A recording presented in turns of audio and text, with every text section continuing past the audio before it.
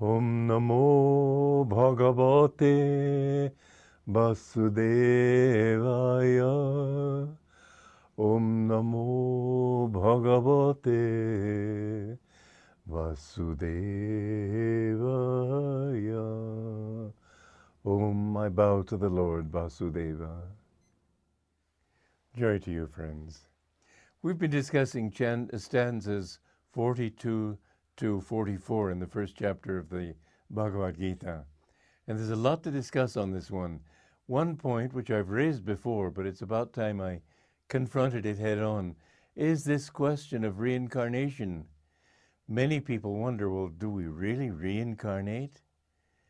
The answer to that in human terms is, how could we? I seem to have begun my consciousness when I was born. Many people in the world, many religions in the world, and many wise people who are Christians also believe that without reincarnation, nothing is explained. How would God create a blind child? How would God bring a little child into this world who couldn't even think clearly, who was autistic or mentally backward or idiotic? How could God have created so much suffering? How could he have created somebody lame? Or how would somebody die early and other people live a long life? It seems so unfair if you think that God did it just out of whimsy. And yet the answer to that, if you look at the non-reincarnational solution to everything, is that, well, who knows God's ways? They're inscrutable. Well, I jolly well think that they ought to be scrutable, at least to the point where our brains can handle it a little bit. And if a thing makes absolutely no sense, then I don't think it's enough to be told.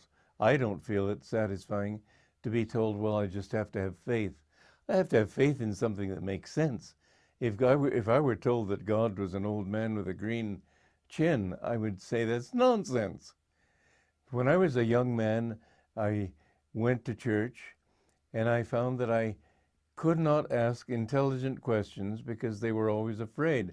The priests and the people who tried to bring me into their line of thinking kept saying things that challenged me as if I was a doubter. Well, of course you should be a doubter.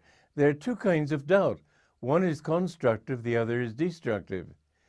Destructive doubt is when a person is showing himself to be honorable, good, kind, loving, and you think in your mind, well, there must be something wrong. So you start looking for the errors in him. That's destructive. Go with what you see.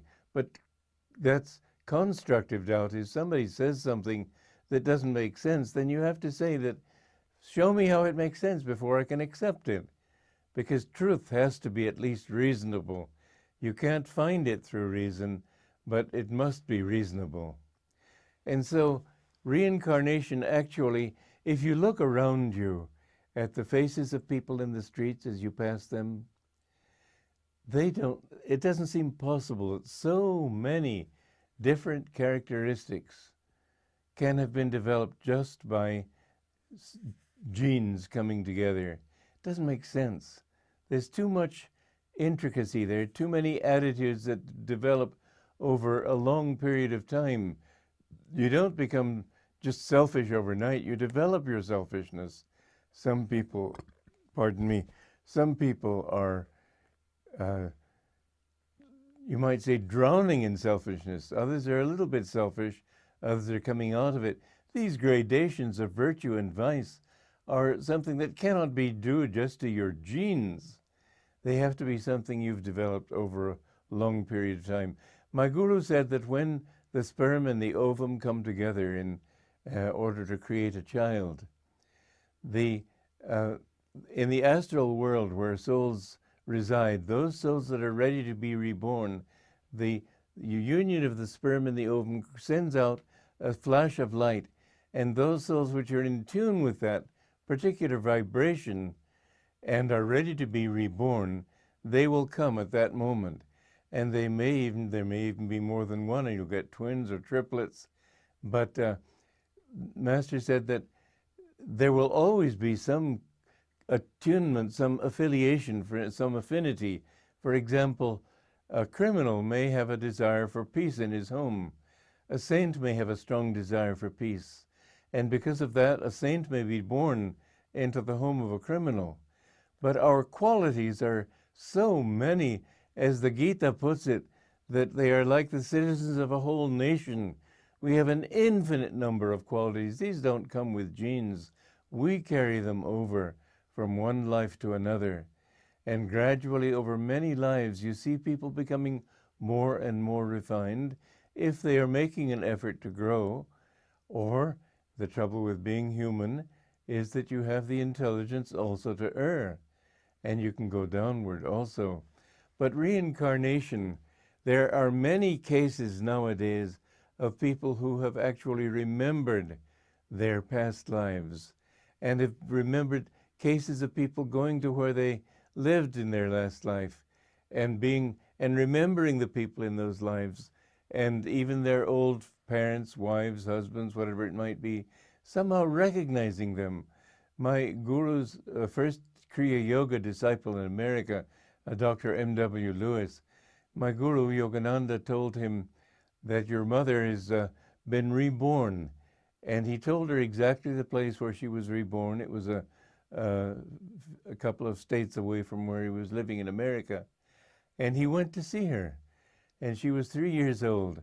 He said her mannerisms, her way of walking, everything was amazingly like his mother. And although she didn't remember him, she had a very great fondness for him, and he felt an instant fondness for her. These things carry on.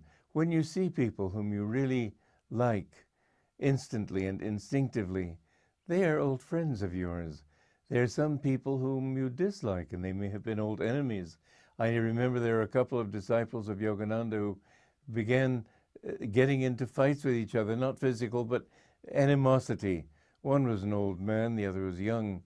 But the younger one asked our guru, "Why do we have this?" And our guru said, "You were enemies before." So they worked it out in this life. But sometimes you find people, families of people who are always fighting. They were enemies before. But you see, enmity, hatred, attracts also, not only love. And so they were attracted to live at close quarters so they could fight it out at close quarters.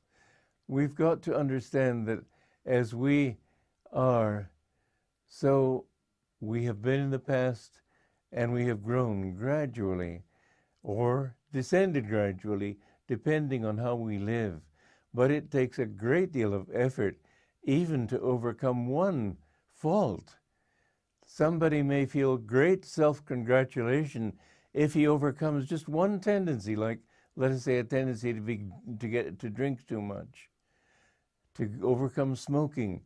It may take a lifetime even to overcome one of these things. And whereas you don't think of everything normally as a fault, it's a fault if it keeps you from God. Selfishness keeps you from God.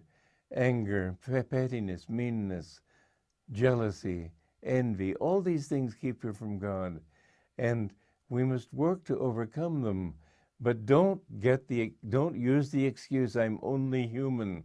The truth is, you will not be fully human because you will not have realized your own full human destiny until you have overcome every one of these qualities that hold you back from knowing who you really are in God.